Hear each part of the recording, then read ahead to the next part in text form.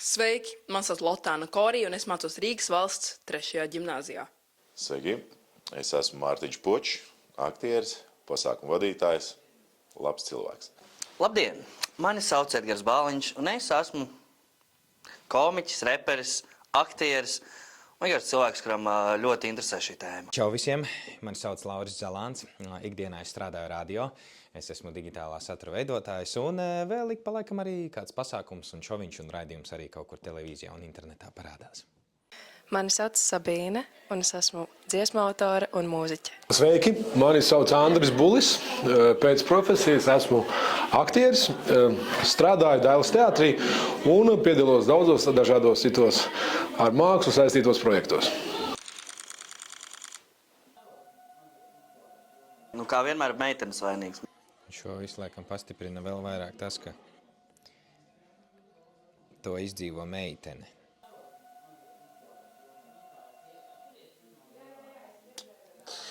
Jā. Wow.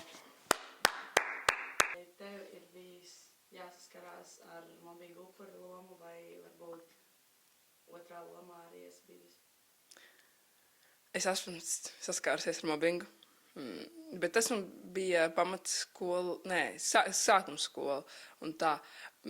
Bet tad es situ pretī, es tā kā nomāju pretī, es vecākiem sūdzējos, ka man apcēla. Es pat nezināju to, ka man apcēls, un gar atskaitījos par vārdiem, ko man tie bērni pateica.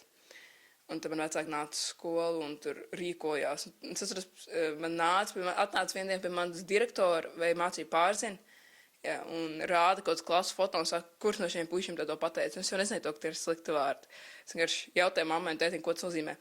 Jā, pāris lietas, ko skatoties šo video, kas man ienāca prātā un saistībā ar mobbingu un tādām lietām.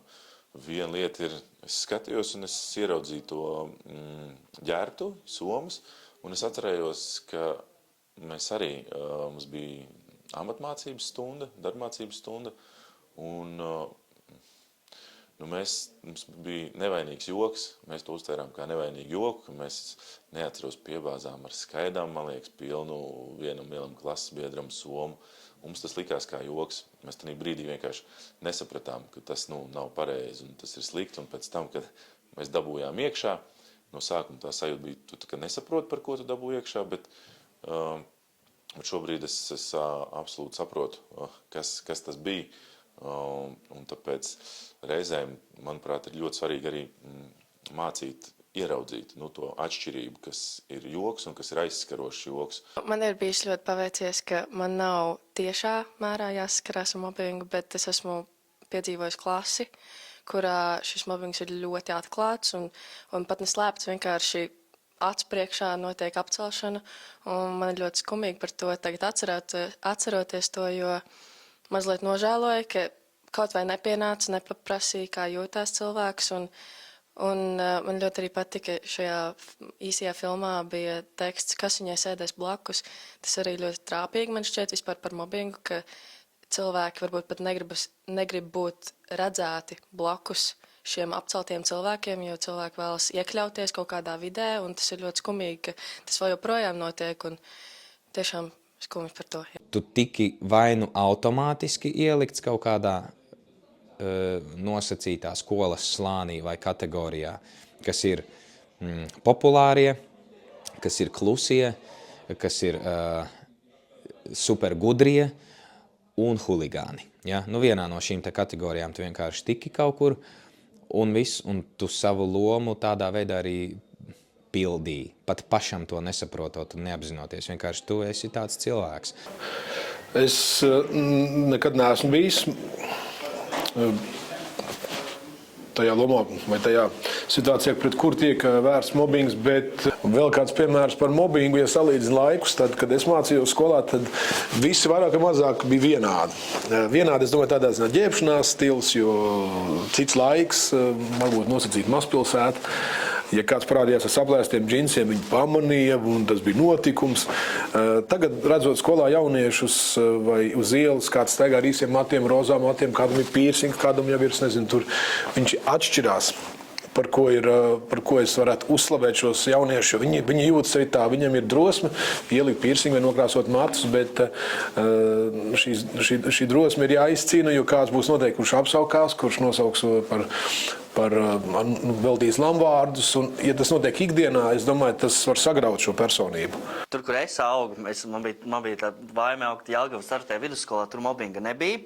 Tur viņš bija izskauts, mēs bijām diezgan draudzīgi.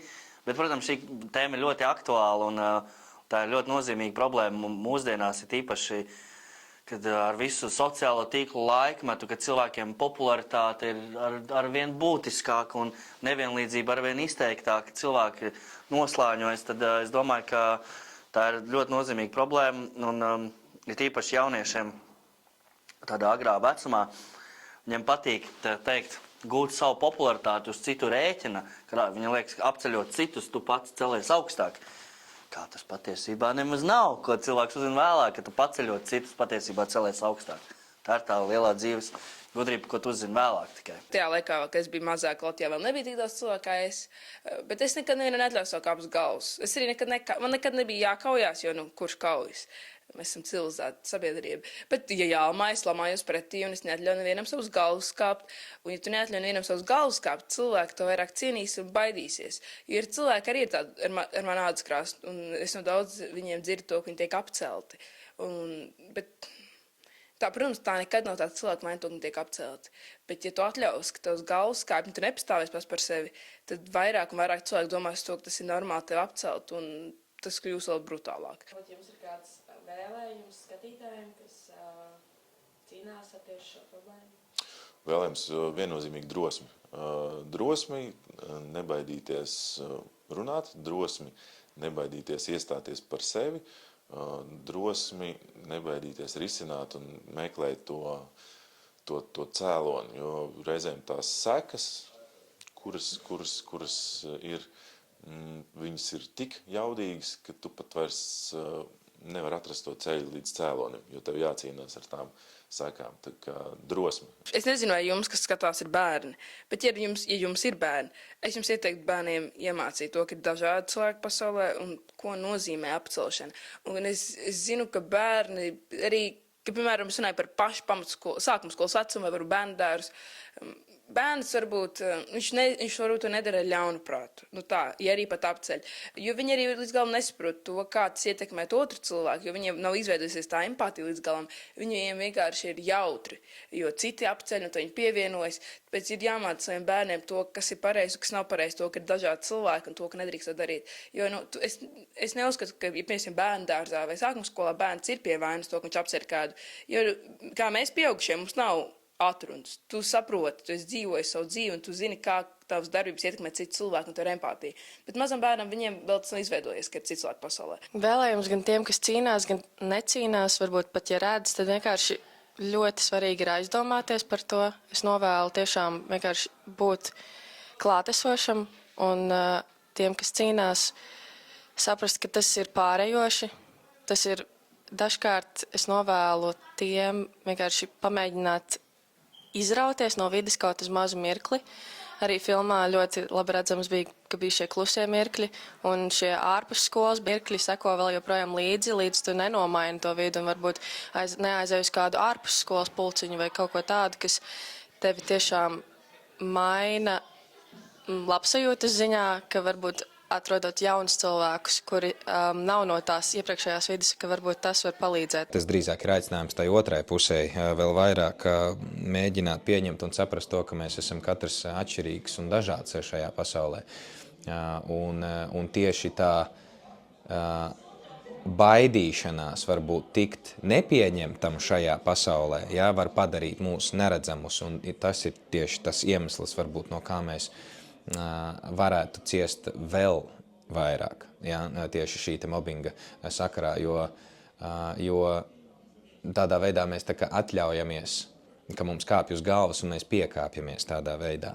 Tāpēc mans aicinājums drīzāk ir tieši pretējs, ja tu saņem kaut savā virzienā kaut kādus aizrādījumus vai tiešām apsaukāšanos, aprunāšanu aiz muguras un tā, nevis noslēgties un beigt varbūt darīt kaut kādas tās lietas, kas liekas, ka vai, ko tad viņš par mani padomās, bet tieši otrādāk darīt dubultā, ja? Darīt dubultā, lai, tici man, tu tādā veidā noteikti parādīsi savu to nostāju un drīzāk apslāpēsi viņa tā cilvēka, ja, vai kaut kādas cilvēku grupas vēlmi vēl vairāk tevi bulijot un mobbingot, ja, jo tu vienkārši stāvēsi taisnu muguru.